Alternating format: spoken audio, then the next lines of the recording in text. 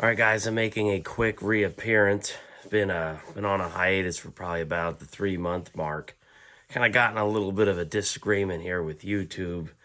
Once I went to get monetized, they don't like to share the same amount with content creators like myself as they do with others that aren't in the gun space, we'll call it. So, anyways, I do have a couple videos. I had some that were in the works. I just never finished. I plan on finishing them. I owed everybody the patterns for that 10 gauge turkey load. I have them, but I need to make that video. And yeah, I know it's past turkey season, but I said I'd do it, so I'm going to. I also have patterns with my infamous TSS load with different chokes at 40 yards. So I have those two on the deck. I have another one that I'd been working on months ago that I would have. I have some effort and some work into that one, and I'm trying to prove a point because there's a lot of people doing an additional operation without understanding if it affects the load at all. So I want to clarify that. So I would submit that one regardless, even if I was, giving this up, which I definitely probably take a little bit of an easy stance of doing this, not so much of a, hey, I'm going to hit this once a week. I don't think I'm going to be able to do that going forward. Just a lot going on in life. Boys are getting older, sports are getting involved, and YouTube just really, really doesn't want me here. They actually accepted a video, then turned it off for monetization. Then I said, no, this meets all your guidelines. Then they said, oh yeah, sure, perfect. So then they allow me to collect some very, very small funds, and then they turn it off again, and I can't argue it with them. So it is what it is. There's not much I can do about it.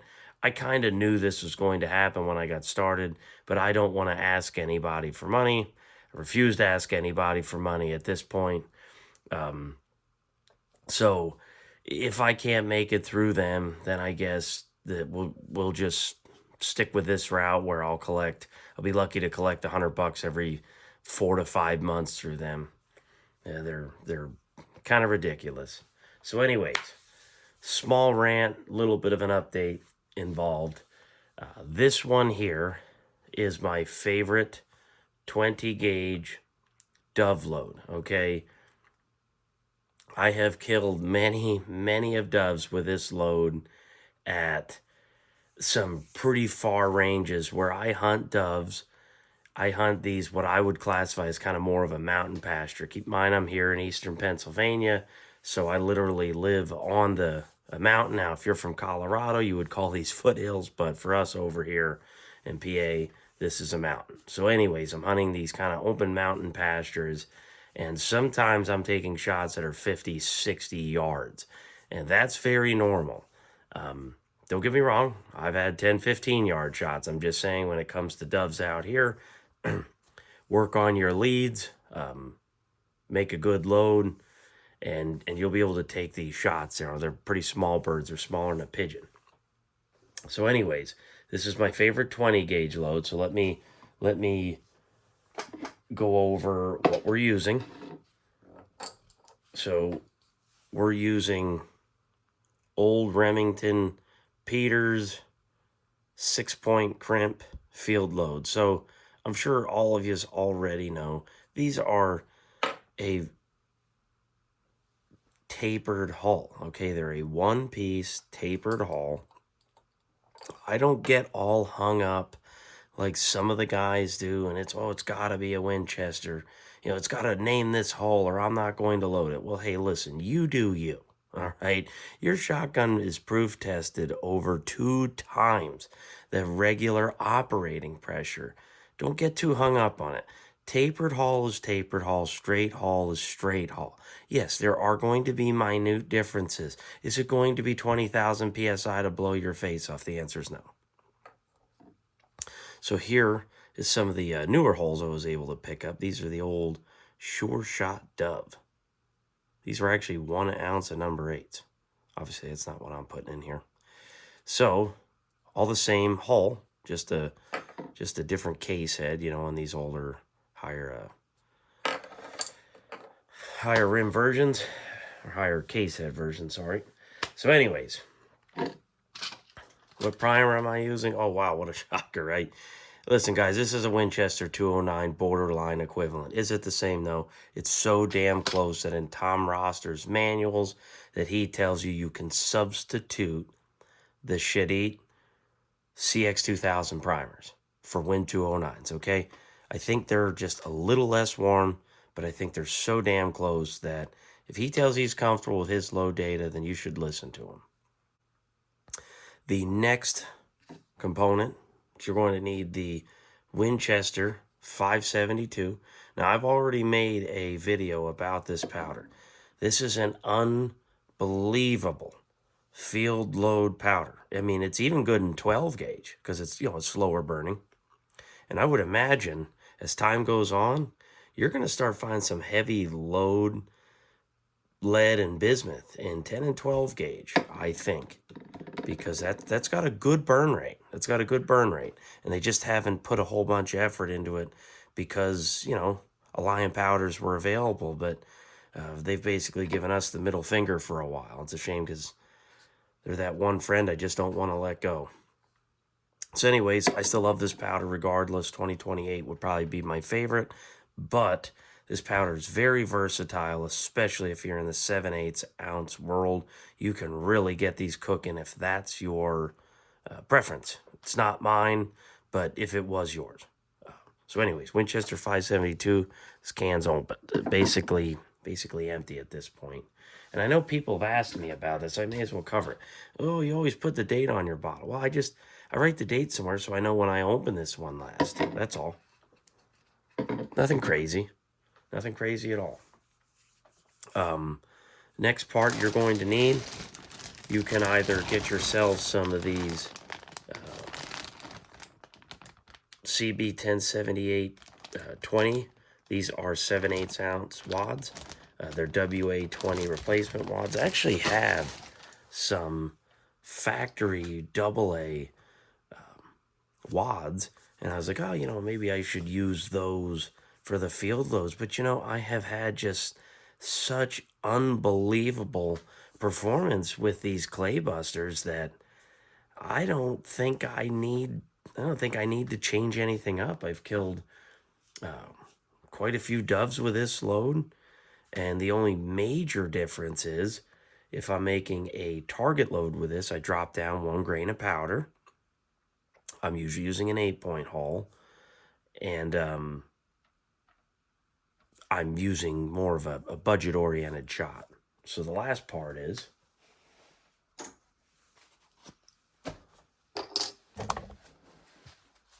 Lawrence brand copper-plated Magnum shot, okay? So this is 10 pounds of 7.5. So frustrating, quick story on this one. I found a reloading deal, as everybody knows I kind of do. I sell the pieces off I don't want, and usually it covers whatever I end up keeping, or I have very little out of my pocket. In this case, I got 3 bags of 6s, 4 of 7.5s. And I was like, man, this would be perfect. I'll have shot to make dove and upland loads, you know, pheasant loads for years and years and years, because I'm primarily a waterfowl hunter. So I go to dump this shot out into my PW375, and there is not a whole bunch of copper-plated shot in there. There is some copper-plated. Now, I don't know if it's from the way that this gentleman had stored this shot that the copper plating, you know, I was going to say corroded away. I don't know if I'm using the right term right now. It's kind of sad because of the field I work in, but you know, I don't know what happened. I don't know if they did a bad job plating. I have no idea. But copper also corrodes. You know, lead will do it too. So I the shot is nice. It's a little dull, and there's a lot of really faint plating, and then there's some that look really nicely plated. So I'm kind of disappointed. And and if anybody wants to say, "Oh, well, that guy just put regular shot in there." Now, this was sewn for the first time. You can even see where I opened the bag, where it was dirty versus, where the seam was. So you can tell this hasn't been opened before. So I don't know if this is what Lawrence is known for. I've never splurged on copper plated shot before, especially for this purpose. But being that I have literally $0 into the shot, I'm still okay with it. And on top of that, this is extra hard shot. I went to go crush it in a pair of pliers, and it's hard. So there's a reason that this stuff patterned so damn good. So going on to the load, I need to make a couple remarks regarding the bushing situation that I'm using and the powder bushing and shot bushing.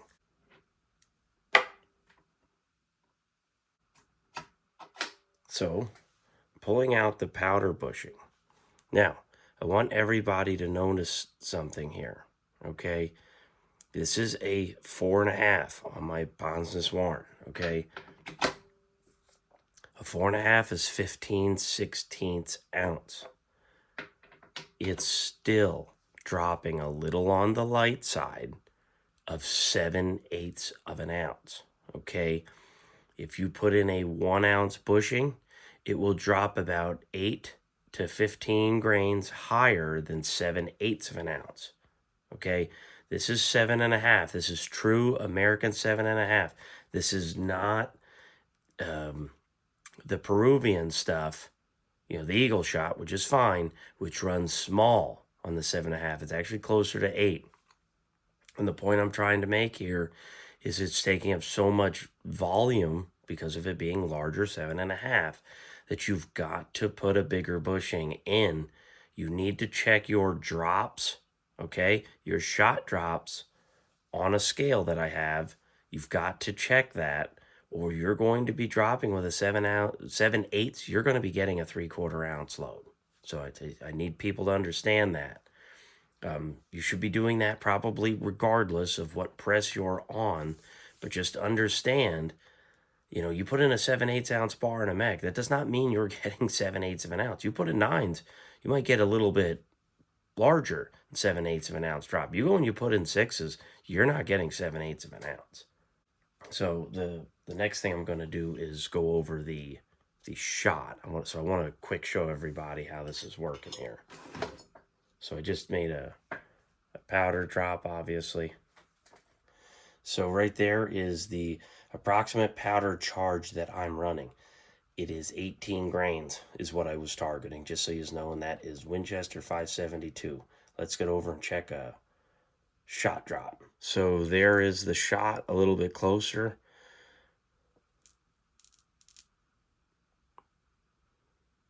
Like I said, you see a lot of faint copper plating, some actual copper plating, whatever. So I'm getting 367 grains. Let me tell you, this PW in this shot, it's literally plus or minus a grain every time I drop it. And I checked it many, many times. So, as most know, it's a little over 380 grains for a 7/8 ounce load. So do understand I am, a couple pellets shy. So if I was 367.7, I put a pellet in. So keep in mind, I'm probably, 5 to 8 pellets shy. Every pellet counts, but I'm still pretty comfortable with this load. I've used 3/4 ounce already. All right, let's get on to loading. All right, so I wanted to go over the bushing before I go to loading. So I'm using a bushing converter from Precision Reloading. I think these are like $10. And then that way I can stick with all of my mech bushings, because I have so many. I'm using a number 18 bushing to get my 18 grain charge. It's really hard to not love these Ponsness Warrens because it's so much easier to dial in a load or powder charge, what have you, without having to take the top end of the machine apart. All right, so I'm gonna just put my hole in there. I always load a primer right away. You know, this is not a machine that you buy for speed. It just isn't. There's no really nice way to say it. And I know some may end up asking, you know, what's all this extra tooling back around the machine? Well, this is a 1220 press, meaning that, you know, they literally sell them this way because those are the two most common gauges, to just flip the tool head 180 degrees and off you're running. You could change this out, then you could pretty much go to 12 gauge pretty easily. So I'm popping the primer out,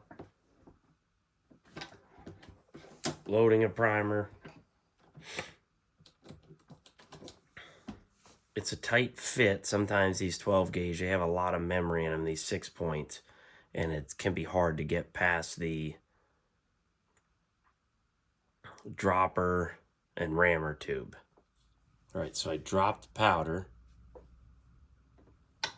You back off, take your wad, push the handle down. I am not putting, you can't do wad seating pressure on these the way you can a mech. You don't know what you're putting in as a wad seating pressure. I'm just telling you, this is a very dense, flattened ball powder, if I'm correctly. So you don't want a lot of wad pressure here because your stack height will be way too deep. So relax on the wad pressure a little bit. Drop your shot. She pops out. And I'll quick show everybody the depth. Okay, right where you want it. Maybe a little low, but I got it set up pretty nicely. I am also using one of my high capacity 3D printed primer trays. Okay, these are much bigger capacity, and I also have this higher end here which will stop primers from bouncing over like the original cup does once in a while. So I'm using a 6-point crimp, obviously. That's how much crimp I'm putting on there. Some might question that, some might not.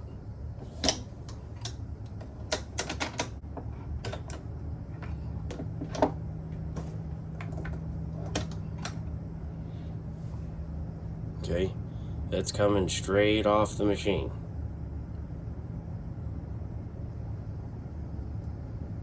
All right, that's it. And this is one of the ugliest crimps to come off this machine so far. You know, it will do this all day. We'll make crimps like this all day long. So getting that taper portion, right?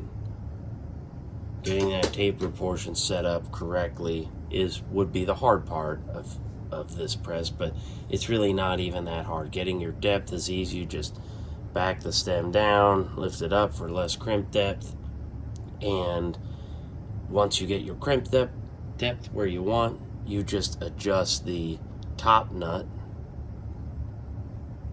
up or down for more or less taper, and that's pretty much it. It's a pretty simple load. But it's great on doves. You're looking at about a 1250 to 1300 feet per second. A little on the high side, but I find with doves a little bit extra juice is good. You know, that 1250, 1275 I find to be pretty good, and the patterns are absolutely phenomenal. So make this load yourself, put it on paper, and let me know how it works out for you. Hopefully I see you guys around here every couple of weeks. Thanks for watching.